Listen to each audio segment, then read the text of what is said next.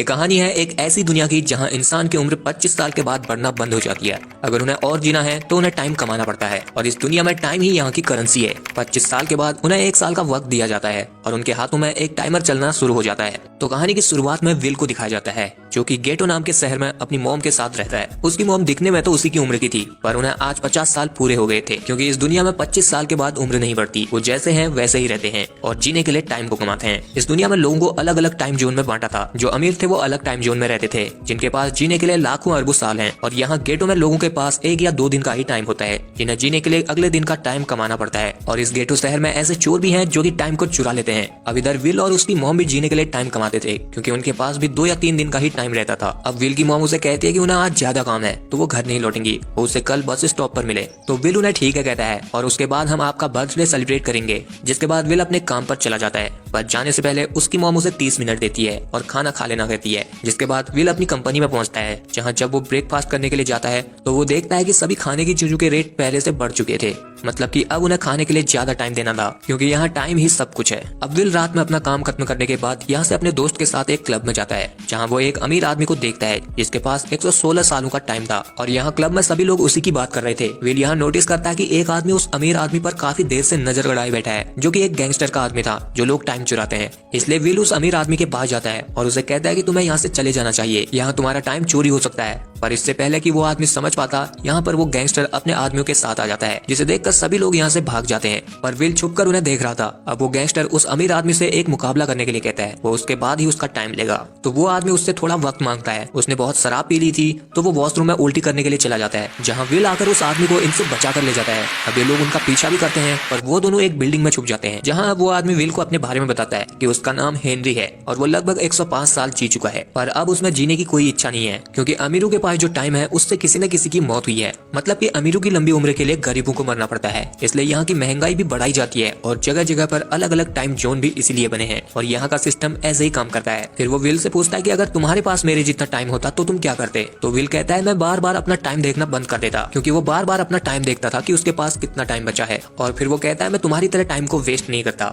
जिसके बाद ये दोनों यहीं पर सो जाते हैं। फिर अगले दिन जब हेनरी की नींद खुलती है तो वो विल को सोया हुआ देखकर अपना सारा टाइम विल को ट्रांसफर कर देता है और अपने पास सिर्फ 5 मिनट ही रखता है, क्योंकि उसने अपनी जिंदगी में सब कुछ देख लिया था। अब उसमें जीने की कोई इच्छा नहीं बची थी। फिर थोड़ी देर बाद जब विल की आंख खुलती है तो उसके पास कितना टाइम बचा है चेक करने के लिए वो अपने टाइम को देखता है, जिससे उसे पता चलता है कि हेनरी ने अपना सारा टाइम उसे ट्रांसफर कर दिया है। और वहाँ विंडो के कांच पर लिखा था डोंट वेस्ट माई टाइम, जिसे देखकर विल हेनरी को ढूंढने की कोशिश करता है और उसे हेनरी एक ब्रिज पर बैठा हुआ दिखाई देता है। तो वो उसे उसका टाइम लौटाने के लिए उसकी तरफ भागता है। पर जब तक विल वहाँ पहुँचता हेनरी के 5 मिनट खत्म हो जाते हैं, जिससे वो मर जाता है और ब्रिज से नीचे गिर जाता है, जिसे देखकर विल को बिल्कुल भी अच्छा नहीं लगता। पर अब उसके पास 116 सालों का वक्त है, इसलिए वो सबसे पहले अपने दोस्त के पास जाता है, जिसे वो अपनी सारी बातें बताकर उसे 10 सालों का टाइम दे देता है। विल अब बहुत खुश था, क्योंकि वो अमीर हो चुका था। इसलिए वो अपनी मॉम को ग्रीनिच सिटी में ले जाना चाहता था, जहाँ की सभी अमीर लोग रहते हैं। तो वो जल्दी से अपने मॉम के बताए गए टाइम पर बस स्टॉप पर जाता है और वहाँ उनका इंतजार करता है। दूसरी तरफ विल की मॉम जब अपने काम से लौट रही थी तो अब बस का किराया पहले से बढ़ चुका था। जो पहले 1 घंटे का टाइम लेती थी वो अब 2 घंटे का टाइम हो गया था। लेकिन यहाँ विल की मॉम के पास सिर्फ 1.5 घंटे का टाइम ही बचा था।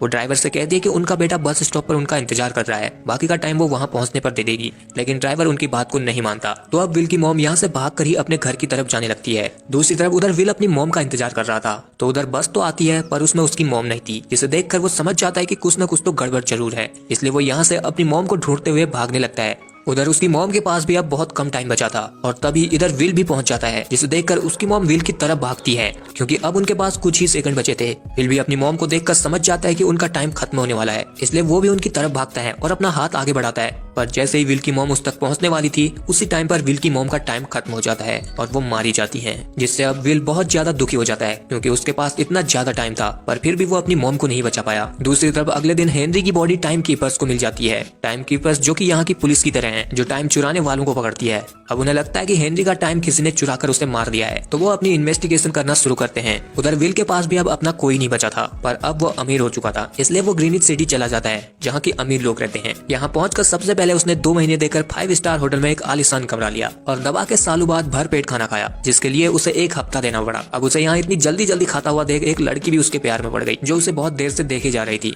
फिर खाना खाने के बाद विल ने वेट्रेस से यहाँ के कसिनो के बारे में पूछा और वहाँ चला गया, जिसमें एंटर होने के लिए उसे अपना 1 साल देना पड़ा, क्योंकि वो यहाँ का मेंबर नहीं था। जिसके बाद विल पोकर खेलने के लिए बैठ जाता है। यहाँ उसके सामने फिलिप नाम का एक बंदा था, जिसकी एक बहुत बड़ी कंपनी थी और वो लोगों को टाइम लोन पर भी देता था। उसकी यहाँ पर एक बेटी भी थी, जिसका नाम साल्विया है, और ये वही लड़की थी जो विल को होटल में देख रही थी। अब यहाँ विल और फिलिप के बीच जब गेम चलती है तो विल एक साथ अपने सारे टाइम को लगा देता है और अपने पास सिर्फ 30 सेकंड का टाइम लगता है, जिससे गेम यहाँ 1100 साल टाइम का हो जाता है। अब यहाँ विल का टाइम खत्म होने ही वाला था, पर इससे पहले वो इस गेम को जीत जाता है, जिससे अब उसके पास 1100 सालों का टाइम हो जाता है। साल्विया वैसे भी उससे इम्प्रेस थी, पर इस गेम को देखने के बाद वो उससे और ज्यादा इम्प्रेस हो जाती है, इसलिए वो अगले दिन अपने घर उसे पार्टी में इन्वाइट करती है। फिलिप भी उसे इन्वाइट करता है, क्योंकि वो वहाँ उसके साथ पोकर खेलेगा। दूसरी तरफ उधर टाइम कीपर्स को सीसीटीवी में हेनरी की बॉडी की जगह पर विल दिखाई देता है, जिससे उन्हें लगता है कि विल ने ही हेनरी को मारा है और उसका टाइम चुराया है। अब अगले दिन विल साल्विया की पार्टी में जाने के लिए 60 सालों को देकर एक चमचमाती हुई कार खरीदता है, जिसे लेकर वो साल्विया की पार्टी में पहुंच जाता है, जहां वो साल्विया की फैमिली से मिलता है। और यहाँ ये तीनों माँ बेटी जवान थी। जिसके बाद विल साल्विया के साथ टाइम स्पेंड करता है और उसके साथ डांस करता है, लेकिन तभी इधर पर टाइम कीपर्स पहुंच जाते हैं, जो विल के साथ एक कमरे में पूछताछ करने लगते हैं कि उसके पास इतना टाइम आया कहां से।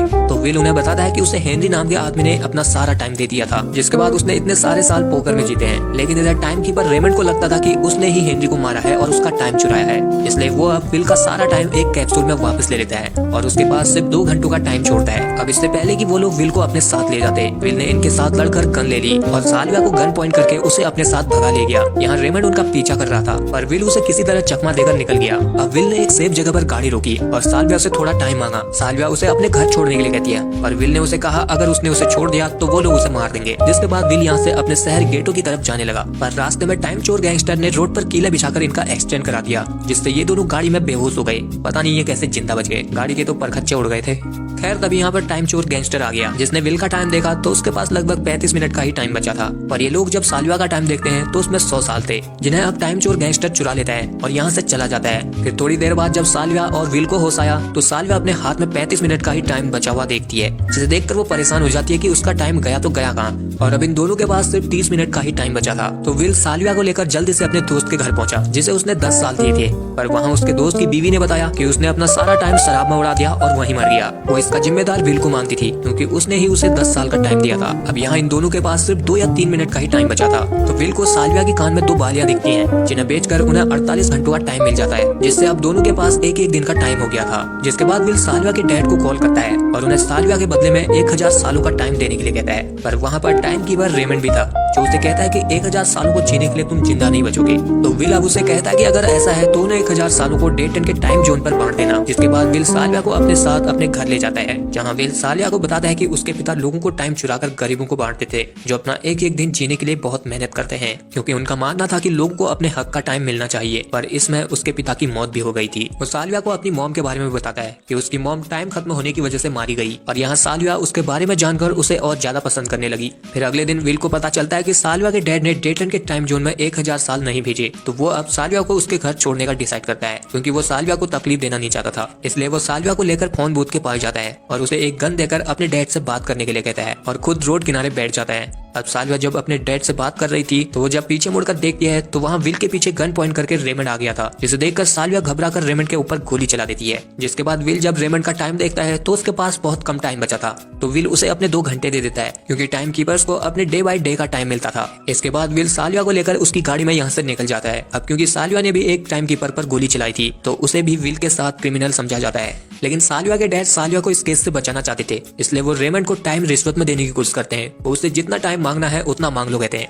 पर रेमंड उनकी बात को नहीं मानता। वो ये कहकर चला जाता है कि तेरी जिंदगी कम पड़ जाएगी मुझे खरीदने में। और इधर अब साल्विया और विल एक दूसरे के प्यार में लैला मजनू बन चुके थे, और वो दोनों ये डिसाइड करते हैं कि वो टाइम चुराकर गरीबों की मदद करेंगे, जैसे कि विल के पिता करते थे। तो अब साल्विया विल को अपने डैड के टाइम उधार देने वाले बैंक में ले जाती है, जहाँ वो दोनों उस बैंक से बहुत सारे टाइम कैप्सूल को लूट लेते हैं, और वहाँ जो लोग थे उनसे भी कहते हैं कि अभी मौका है, जितना लूटना है लूट लो। जिसके बाद वो सभी भी टाइम कैप्सूल को ले लेते हैं, जिससे उनके पास भी काफी सालों का टाइम मिल जाता है। अब इसके बाद विल कुछ टाइम कैप्सूल को अपने शहर के उन लोगों को बांट देता है जिनके पास बहुत ही कम टाइम बचा है, या जो लोग एक दिन के टाइम के लिए बहुत कड़ी मेहनत करते हैं।